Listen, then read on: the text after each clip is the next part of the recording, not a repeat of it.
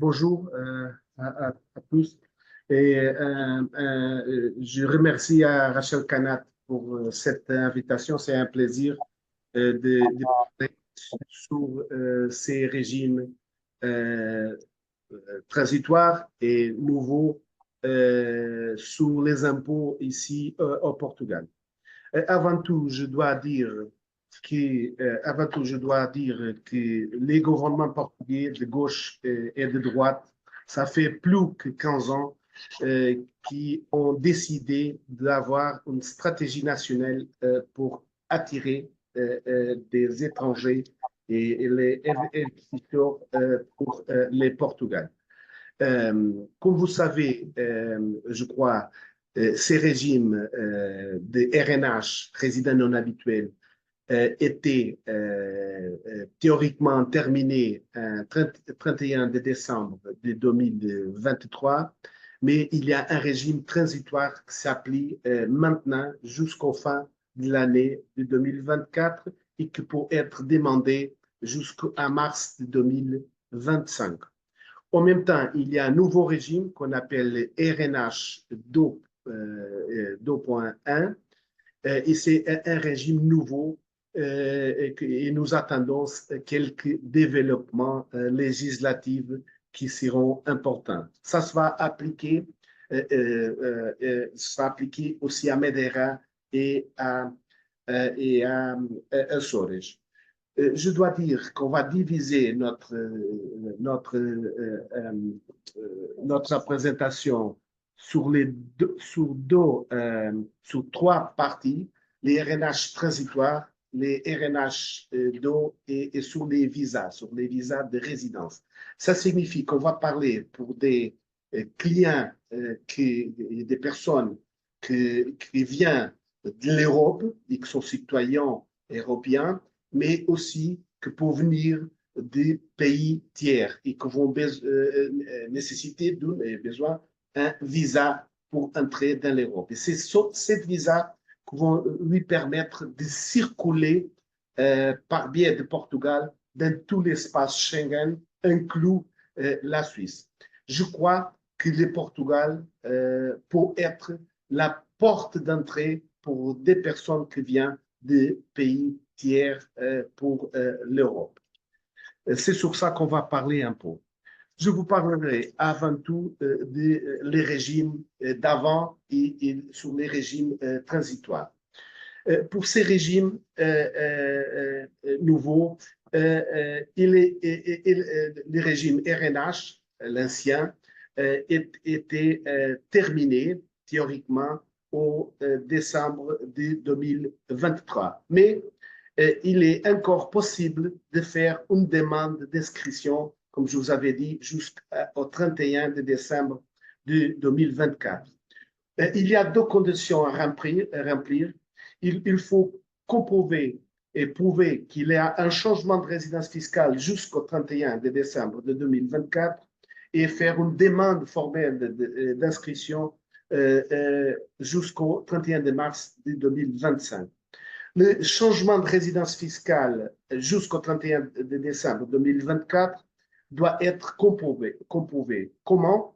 Avec une promesse de contrat de travail conclu jusqu'au 31 décembre 2023, un contrat de bail ou autre signé avant le 10 octobre de 2023, un contrat de réservation ou même un contrat de promesse pour l'acquisition d'un immeuble conclu avant aussi le 10 octobre de 2023, un registre d'inscription d'immatriculation scolaire des enfants en charge dans un établissement national au plus tard le 10 octobre de 2023, ou c'est tous des alternatives et des options, un visa de séjour valable jusqu'au 31 décembre 2023 ou une procédure d'octroi d'un visa de séjour ou d'un titre de séjour entamé jusqu'au 31 décembre 2024. Ça s'applique aussi aux membres du foyer de contribuables visés dans cet point desquels je vous avais parlé. Qu'il y ait pour les procédures, c'est simple, c'est simple. Les demandeurs devront avoir sur sa possession des documents pour prouver une de ces situations décrites et les régimes, comme l'ancienne, va être appliqué pendant une période de 10 ans consécutifs. Ça signifie à partir du changement de la résidence et aussi avec une possibilité de suspension si la personne, pendant cette période de 10 ans, vont aller dans un autre pays et revenir pour les Portugal. Dans cette période transitoire du régime RNH, ça se maintient tous les avantages antérieurs, en particulier les exemptions applicables à certains types de revenus de source étrangers et de taux d'imposition spéciaux. En effet, comme vous irez avoir dans les régimes transitoires, dans le nouveau régime 2.0, sur les revenus de source étrangers, il y a une exonération à presque tous les revenus de source étrangers. Il va s'appliquer aux salaires, aux honoraires, à tous les revenus de capitaux, aux revenus fonciers et aux gains de capital. Et dans ces gains de capital, pour les capitales, pour les gains de capital, pour tous les gains de capital, nous irons vous expliquer qu'il y a une petite différence ici sur les nouveaux régimes 2.0 et aussi sur les pensions, il y a aussi une petite différence.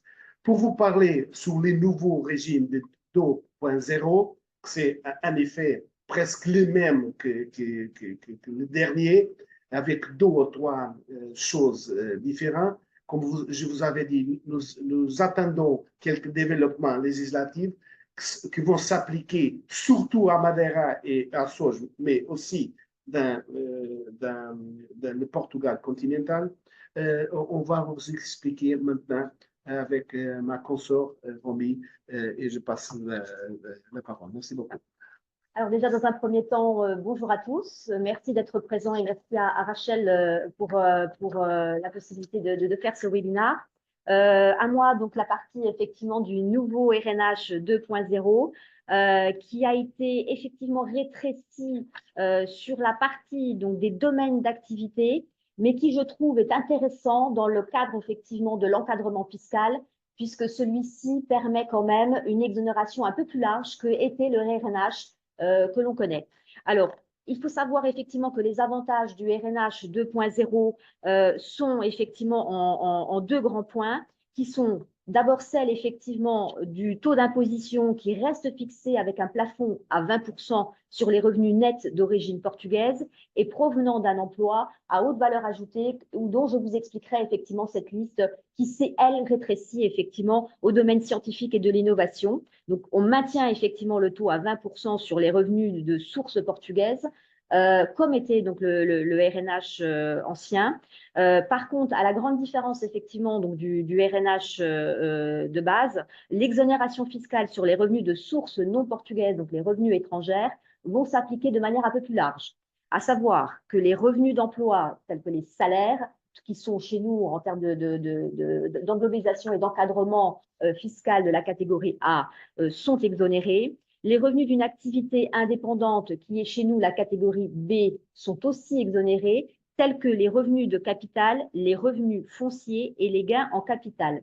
La grande différence, c'est que dans le cadre du RNH de base, il y avait effectivement une imposition qui s'appliquait et le statut RNH, comme on le connaissait, n'englobait pas les plus-values ni les values mobilières.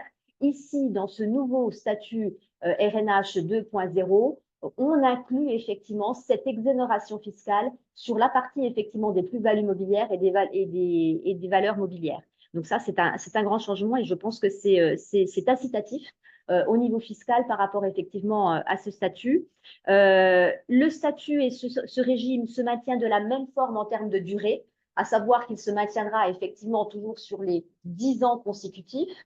Et par contre, et ça pareil, c'était aussi dans le cadre du RNH ancien, sont exclus de cette exonération tous les revenus provenant de notre liste portugaise de paradis fiscaux, avec un taux aggravant qui est celui de 35%. Hein, donc les paradis fiscaux sont exclus effectivement donc, de ce régime, mais rien de nouveau puisque dans le cadre du RNH, c'était déjà le cas. La grande différence aussi entre le RNH qu'on connaît et le RNH 2.0, c'est qu'on est plus ici dans une attractivité de personnes ayant effectivement des professions à haute valeur ajoutée, technologique, scientifique, innovation, ce qui fait que les revenus de pension, comme était effectivement la base, le cœur effectivement du RNH, sont ici exclus et sont imposés sur la tranche générale d'imposition nominale de jusqu'à 53% au niveau effectivement donc, de l'imposition au Portugal. Quelles sont les conditions d'obtention? On va dire qu'il y a des conditions supplétives. Ça veut dire qu'il faut toujours devenir un résident fiscal au Portugal, toujours ne pas avoir été résident fiscal au cours des 5 années précédentes. Par contre, il y a effectivement deux choses complémentaires. C'est qu'il faut spécifiquement être et intégrer les domaines d'activité définis comme pertinentes au niveau effectivement de ce que touche à la recherche scientifique, à l'innovation et au développement technologique. Et il y a aussi quelque chose qui est nouveau, il faut un enregistrement préalable avec effectivement une vérification de tous ces points qui sont obligatoires, alors qu'il est vrai que dans le RNH, avec l'évolution du RNH, on était quelque chose d'assez automatique à partir du moment où on remplissait les deux conditions de base, qui étaient la résidence fiscale et ne pas avoir été résident dans les 5 années précédentes. Ici, on va restreindre effectivement les conditions d'obtention. Dans le cadre, effectivement, pour que vous sachiez à qui est destiné effectivement ce RNH 2.0.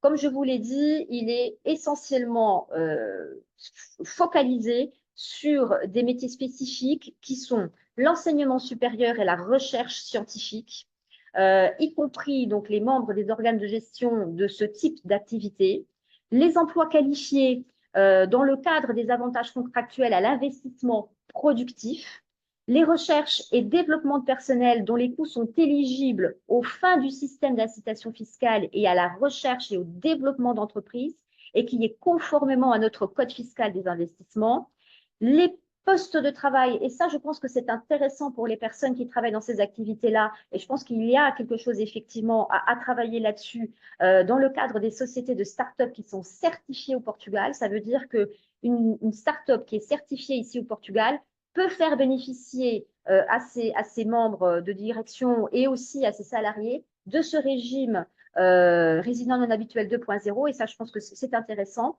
Et pour toutes les personnes parce que c'est vrai qu'on parle beaucoup du Portugal continental, mais il y a aussi effectivement Madère et les Açores, et Madère et les Açores ouvrent de manière un peu plus large l'accessibilité à ces résidents non habituels 2.0 avec une liste d'activités exercées qui, nous le pensons, parce que c'est encore en cours de travail, qui, nous pensons, sera une liste un petit peu plus large que ce qui est présenté ici aujourd'hui. Donc, c'est aussi pour avoir une attractivité dans les îles de Madère et des Açores, et ça aussi, c'est quelque chose qui est intéressant, intéressant pour le plan individuel, mais tout aussi intéressant aussi pour les sociétés qui veulent s'implanter au Portugal, puisque Madère a aussi un régime spécifique attractif dans ce contexte-là.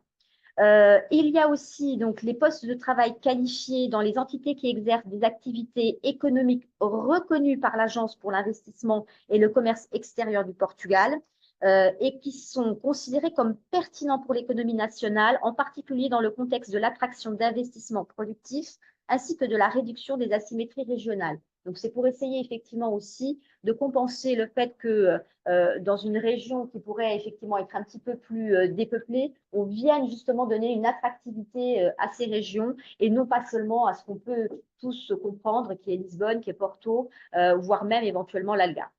Et il y a aussi donc une partie, mais ça c'est vraiment à définir et on pourra vous accompagner dans cette information future, qui est celle qu'une ordonnance ministérielle devrait normalement nous transmettre, qui sont des professions hautement qualifiées et qui englobent deux choses particulières, qui sont dans des entreprises ayant déposé des demandes en cours de l'année ou dont les droits correspondants ont commencé au cours des 5 années précédentes et qui bénéficient du régime fiscal du soutien à l'investissement, et aussi dans les entreprises industrielles et les entreprises de services dont l'activité principale correspond à l'un des codes, nos codes métiers de haute valeur ajoutée, qui est donc inscrit dans une ordonnance ministérielle et qui exporte au moins 50% de leur chiffre d'affaires au cours de l'année où les droits correspondants ont commencé à être perçus au cours de l'une ou des 2 années précédentes. Quoi vous dire sur cette liste? C'est vrai que cette liste peut paraître effectivement relativement restreinte à des métiers qui sont vraiment tournés dans le domaine effectivement des startups, de la technologie, de l'innovation, du scientifique. Nous pensons très fortement, comme cela a été le cas dans le cadre du RNH de base, qu'elle va évoluer avec le temps. Et c'est pour ça que nous attendons avec grande curiosité d'ailleurs que justement les ordonnances ministérielles puissent venir nous éclairer là-dessus et nous pourrons vous accompagner dans cette information. Le résident aussi, donc le régime aussi, a aussi une particularité nouvelle, c'est que dans le RNH de base et que vous connaissiez, il n'y avait pas d'obligation de prouver chaque année que vous étiez toujours dans les métiers à haute valeur ajoutée et que vous deviez prouver cela. Pas du tout. Dans le régime RNH avant, il suffisait simplement de vous inscrire, il suffisait effectivement d'avoir obtenu le RNH et celui-ci était développé sur les 10 premières années. Ici, il y a une particularité, ça veut dire que vous devez continuer tous les ans à être résident fiscal au Portugal, et ça, on va dire que c'est la base, et c'est normal que vous soyez encadré dans ce contexte-là, mais tous les ans, vous allez devoir prouver que vous restez dans ces listes d'activités à haute valeur ajoutée, parce que dans ce cas contraire, si tous les ans, par exemple, si vous êtes une première année un résident non habituel avec un métier dans cette liste de valeur ajoutée et que d'ici 5 ans, vous quittiez ce métier, vous risquez effectivement de perdre ce régime. Donc, c'est important quand même de prendre ça en considération, puisque ça, c'est une grande nouveauté qui a été intégrée dans le RNH 2.2. Voilà en tout cas ce que moi j'avais à vous dire et ce qui nous paraissait important, c'est que effectivement ce RNH existe. Nous pensons qu'il va évoluer, qu'il est extrêmement intéressant, voire même plus intéressant que le RNH de base que vous connaissiez avant, puisqu'il élargit l'exonération de sources étrangères, mais il vient restreindre effectivement aux métiers qui sont beaucoup plus spécifiques et qui sont beaucoup plus focalisés sur l'innovation technologie et scientifique. Alors maintenant, on va passer effectivement sur la partie donc, de Sarah, qui est celle effectivement donc, des visas et qui ici touche toutes les personnes donc, du monde entier qui souhaiteraient donc, venir au Portugal et s'installer au Portugal. Voilà, je laisse la parole à ma collègue. Et qui ne sont pas de... Pas de source européenne, tout à fait. Exactement, c'est ça, exactement. Merci. Bonjour à tous. Alors, je vais vous parler des visas de résidence et bien entendu pour les citoyens non européens, parce que les citoyens européens, ils ont une procédure simplifiée qui découle des accords qui sont établis entre les pays européens. Cette partie, ce dernier point que nous voulons vous présenter, c'est aussi une proposition d'alternative au Golden Visa. Le Golden Visa a été très limité avec les derniers changements législatifs, même s'il continue à être possible, la possibilité de Golden Visa par acquisition immobilière, elle a complètement disparu. Donc, c'est bien aussi d'avoir plusieurs alternatives à ce régime Golden Visa. Donc, les visas de résidence, ils ont toujours existé, avec l'avantage de ne pas exiger un investissement avec des seuils minimums préalables à l'obtention du titre. Mais ces options, ces visas de résidence, ils vont obliger à avoir une période minimale de séjour sur le territoire portugais. Qu'est-ce que ça veut dire une période minimale? Donc, on doit penser toujours le visa de résidence comme un instrument qui vient vous permettre d'obtenir un titre de résidence. Donc, le visa de résidence, il a une validité de 120 jours. Il vous permettra donc de venir au Portugal et entamer la procédure de résidence auprès des entités compétentes, dans ce cas, la AIMA, l'ancien CEF. L'avantage aussi du titre de résidence, c'est qu'il vous permet d'avoir un rendez-vous avec cette entité fixé préalablement. Et donc, le titre de résidence que vous allez obtenir après la procédure ici au Portugal, il aura une validité de 2 ans. Et donc, c'est sur cette période de 2 ans que l'exigence de période minimale va se mettre en place. Donc, pendant la période de 2 ans, vous ne pouvez pas être absent du territoire portugais pour plus de 6 mois consécutifs ou 8 mois non consécutifs. Et ça s'applique pendant le premier titre de 2 ans, mais aussi le deuxième titre après renouvellement de 3 ans. Donc, au bout de ces 5 années de résidence, vous pouvez choisir d'obtenir une autorisation de résidence permanente valable pour 5 ans ou poser votre demande de nationalité portugaise pour temps de résidence. Donc, quelles sont ces modalités de visa de résidence?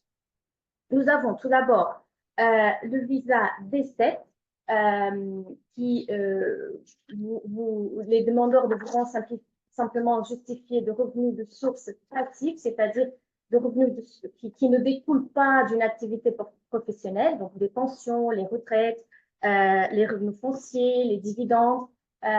Donc, c'est possible d'obtenir les titres de résidence dans ce cas, le visa de résidence par le biais de revenus passifs, donc sans aucune connexion avec le territoire portugais. Après, nous avons aussi le visa nomade digital qui certains consulats ont déjà adopté la désignation de visa D8. Et donc, c'est pour les personnes qui travaillent à distance pour des entreprises ou des particuliers non portugais. Il y a une condition à remplir au niveau salarial avec ce visa nomade digital. Donc, pendant les 3 derniers mois, le demandeur doit faire preuve d'une moyenne mensuelle de revenus de 3 280 €. Donc, c'est la valeur de référence pour 2024, sachant que le SMIC a augmenté à 820 €, donc c'est 4 fois le SMIC. Nous arrivons maintenant au visa de résidence qui prévoit une relation avec des entités portugaises et donc un lien de travail avec des entités portugaises. Et dans ce cas-là, pour ce type de visa et les autres dont je vais expliquer, il faut avoir soit un contrat de travail ou une promesse de contrat de travail. Dans le cas des visas pour travailleurs hautement qualifiés, aussi appelé le visa D3, il y a des exigences complémentaires. Donc, en plus du contrat de travail ou de la promesse de contrat de travail, il faut avoir aussi un salaire plus que 1 500 €. Il faut que l'activité qui va être exercée par le travailleur soit une activité considérée comme hautement qualifiée et nous avons une classification internationale type, donc il faut que ces activités rentrent dans les groupes 1 ou 2 de cette classification internationale type et il faut que le demandeur soit titulaire d'un niveau de scolarité élevé, donc un diplôme universitaire minimum, une licence. Cette modalité du visa pour travailleurs hautement qualifiés, elle comprend aussi une sous-modalité, c'est les fameux Tech Visa. Et ça, c'est pour les employés des entreprises qui sont considérées ou certifiées comme des startups par le IAPMEI, c'est l'agence portugaise pour la compétitivité et l'innovation. Et donc, cette possibilité Tech Visa, elle est très avantageuse parce qu'elle permet que l'entreprise elle-même puisse entamer la procédure auprès du consulat, mais aussi elle permet que cette procédure soit plus rapide. Et ça, un peu pour faire le pont avec ce que Romy a dit, les personnes qui obtiennent le fameux Tech Visa peuvent bénéficier du RNH 2.0. Donc, c'est un avantage en plus. Nous avons les derniers types de visas, donc qui sont aussi en lien avec des entreprises ou des entités portugaises. Donc ça, nous parlons d'un lien de travail. Et nous avons le simple visa pour activité salariée, donc c'est le D1. Dans ce cas-là, il n'est pas nécessaire de remplir les conditions dont j'ai parlé pour les visas hautement qualifiés. Il suffit juste d'avoir un contrat de travail, d'une promesse d'embauche avec le salaire peut-être minimum. Il n'y a pas de conditions au niveau du diplôme, ni de conditions au niveau de la caractéristique de l'activité qui va être exercée. Nous avons après donc le visa D2 pour des travailleurs indépendants ou des entrepreneurs. Donc les travailleurs indépendants, ça prévoit, ça implique une inscription, une ouverture d'activité, comme on dit, ici au Portugal auprès de l'autorité fiscale. Et il faut avoir un contrat de prestation de service avec une entreprise portugaise ou un client portugais. En ce qui concerne la sous-modalité entrepreneur, c'est pour les personnes qui souhaitent constituer une société au Portugal. Pour tous ces types de modalités de résidence, il sera donc possible de ajouter les membres de la famille. Le demandeur principal peut poser, au moment où il va poser sa demande de visa, il peut ajouter la demande de regroupement familial pour les membres de famille. Et donc, sachant que membres de famille, c'est les époux, les conjoints, les pacsés. Dans le cas portugais, comme nous n'avons pas la modalité de pax, nous n'avons pas cette option, nous avons ce qu'on appelle union de facto, union de fait, si on veut traduire directement. C'est pour les personnes qui font preuve d'une vie similaire à une vie de mariée pendant une période de au moins 2 ans. Donc, c'est possible aussi pour ces personnes de être considérées comme membres de famille et donc de bénéficier de cette possibilité de regroupement. Nous avons aussi, donc, comme membres de famille, les enfants mineurs, bien entendu, les beaux enfants et les adultes qui sont économiquement dépendants, tels que les enfants adultes ou les parents. Donc, pour ma partie, c'est tout. Je vous remercie et nous sommes maintenant disponibles pour vos questions. N'hésitez pas. Merci beaucoup. Alors, je propose on enchaîne directement avec la session d'Olivier qui va faire sa présentation. Et puis, en fin de webinaire, on traitera les questions parce qu'il y a des questions assez longues qui sont arrivées. Alors, Romy, si vous voulez, arrêter le partage d'écran pour qu'Olivier puisse mettre sa présentation à l'écran. Voilà. C'est bon. Merci. De Alors, rien. bonjour à tous. Est-ce qu'on m'entend, Rachel? Oui. Donc, bonjour à tous. Donc, moi, je suis conseiller en gestion de patrimoine à Paris et j'accompagne un certain nombre de clients qui sont dans des projets d'expatriation au Portugal. Et mon rôle, ça va être plutôt d'intervenir sur l'organisation du patrimoine et le choix des enveloppes de placement adéquates dans le cadre d'un projet d'expatriation. Et aujourd'hui, je veux surtout vous parler d'assurance vie, en fait, en quelques minutes. Parce que je pense que c'est important de réfléchir à l'organisation de son patrimoine de manière pérenne. Et donc, quand vous partez au Portugal, peut-être que vous allez pouvoir bénéficier de ce régime de faveur RNH qui a une durée de 10 ans. Ça veut dire qu'après 10 ans, finalement, on retombe dans une fiscalité un peu classique, ou peut-être que vous n'allez pas pouvoir en bénéficier. Et l'assurance vie est une enveloppe de placement qui permet d'avoir un cadre avantageux après un certain nombre d'années, qu'on bénéficie du RNH ou pas. Par ailleurs, quand on s'expatrie, il y a tout un tas de choses à prendre en compte. Donc déjà, pour bénéficier des avantages du Portugal, il faut être considéré comme résident fiscal portugais. La France va toujours chercher à continuer d'une manière ou d'une autre d'essayer de vous considérer comme résident fiscal français pour pouvoir vous taxer en France. Donc pour ça, il y a une convention fiscale entre la France et le Portugal qui régit un certain nombre de règles. Un moyen d'être sûr d'être considéré comme résident fiscal portugais, c'est de couper le plus possible les liens avec la France et donc d'essayer de ne pas avoir de centre d'intérêt ou le moins possible en France, d'une part.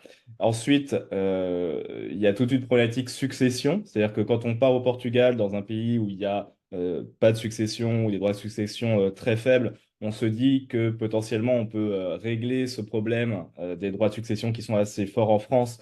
Mais là encore, il faut faire attention parce que si vous partez résider au Portugal, mais que vos héritiers restent en France, eh bien la France continuera de taxer votre succession.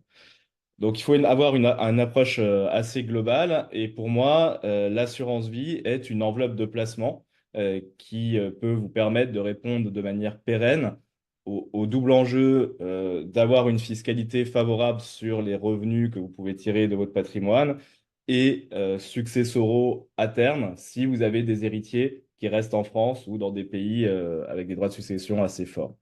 Alors, je vais vous partager une présentation assez rapide. Est-ce qu'on voit mon écran, Rachel? Oui. OK. Donc, juste un rappel rapide sur. Donc, en gros, pour moi, en France, on peut avoir différentes enveloppes de placement. On peut avoir des assurances vie françaises, on peut avoir des livrets, des PEL, des PEA. Pour moi, l'enveloppe, dès lors qu'on va partir au Portugal, l'organisation à faire sur les liquidités, c'est plutôt d'ouvrir un contrat d'assurance vie de droit luxembourgeois et de concentrer ses avoirs à l'intérieur. Pourquoi? Parce que l'assurance vie, c'est une enveloppe de placement très flexible. C'est une enveloppe, quand on place son argent à l'intérieur, au sein de laquelle les sommes qu'on place restent disponibles à tout instant. Donc, il n'y a aucune notion de blocage. On peut faire des retraits quand on veut, partiels ou totaux. L'argent qui est passé au sein de cette enveloppe capitalise sans fiscalité. Donc, tant qu'on ne fait pas de retrait, eh bien, il n'y a aucun impôt qui s'applique sur les gains. Donc, ça permet d'avoir un effet de capitalisation qui est plus important parce que le capital n'est pas amputé chaque année d'un impôt sur les intérêts. Et donc, on a une base qui est plus importante qui capitalise et donc ça donne un développement patrimonial plus fort dans le temps. Et puis, si on fait des retraits pour avoir des revenus complémentaires, par exemple, eh bien, la manière dont est calculée l'imposition sur ces retraits est assez favorable, tant sur l'assiette d'imposition que sur le taux.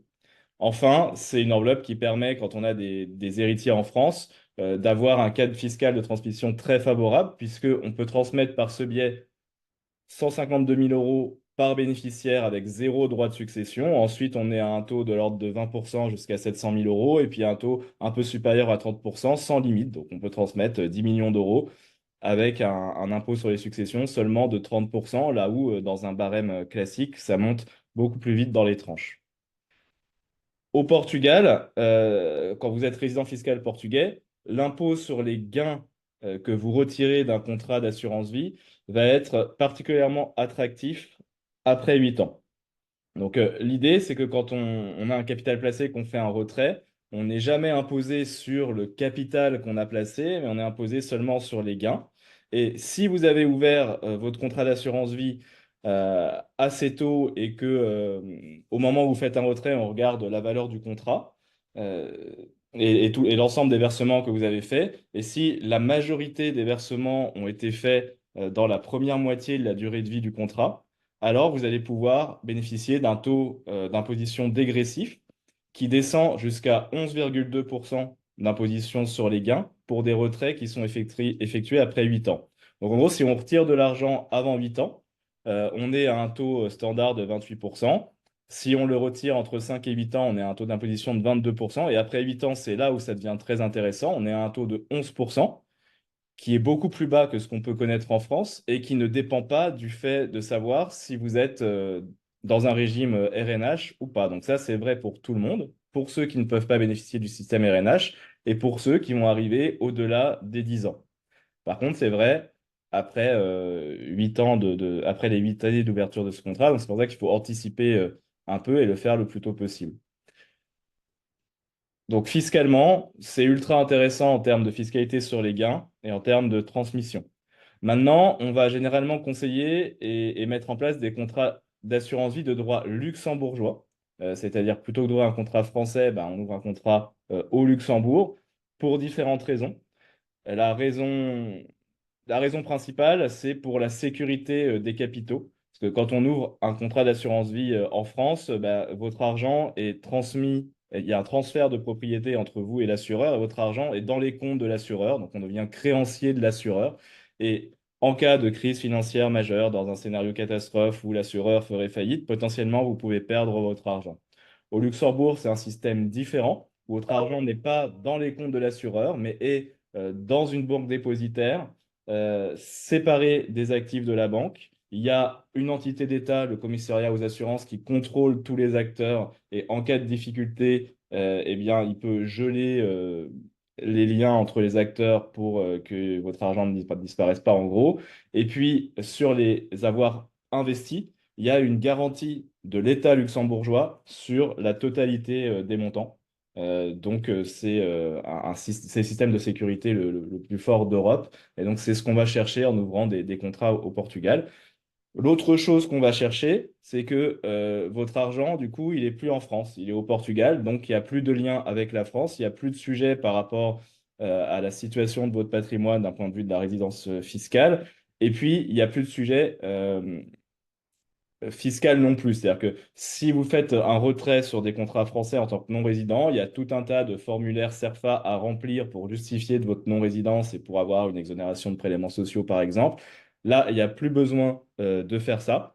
Le contrat, il n'a pas de fiscalité propre. La fiscalité du contrat, elle dépend de votre lieu de résidence. Donc demain, vous êtes au Portugal, c'est la fiscalité portugaise, pardon, qui s'applique sur les retraits. Si vos héritiers sont en France, ils bénéficient des mêmes avantages que si c'était un contrat français. Et demain, si vous partez dans d'autres pays, en Espagne, aux États-Unis, bah, ce sera la fiscalité de ces pays qui s'appliquera. Et enfin, c'est des enveloppes de placement. Donc, c'est juste une enveloppe avec des avantages. Après, la question, c'est sur quoi on investit à l'intérieur. Et là, c'est mon métier de vous accompagner sur le choix des supports d'investissement en fonction des objectifs que vous pouvez avoir. Et au sein d'un contrat luxembourgeois, on peut tout faire. Il n'y a pas de limite de choix. On peut investir dans des actions, dans des obligations, dans des fonds de private equity de qualité mondiale. On peut confier des mandats de gestion à n'importe quelle société de gestion. On peut vraiment loger tout ce qu'on veut comme type de placement sans restriction. Donc voilà ce que je voulais dire pour ma partie et je pense que Rachel, on peut passer aux questions de manière globale.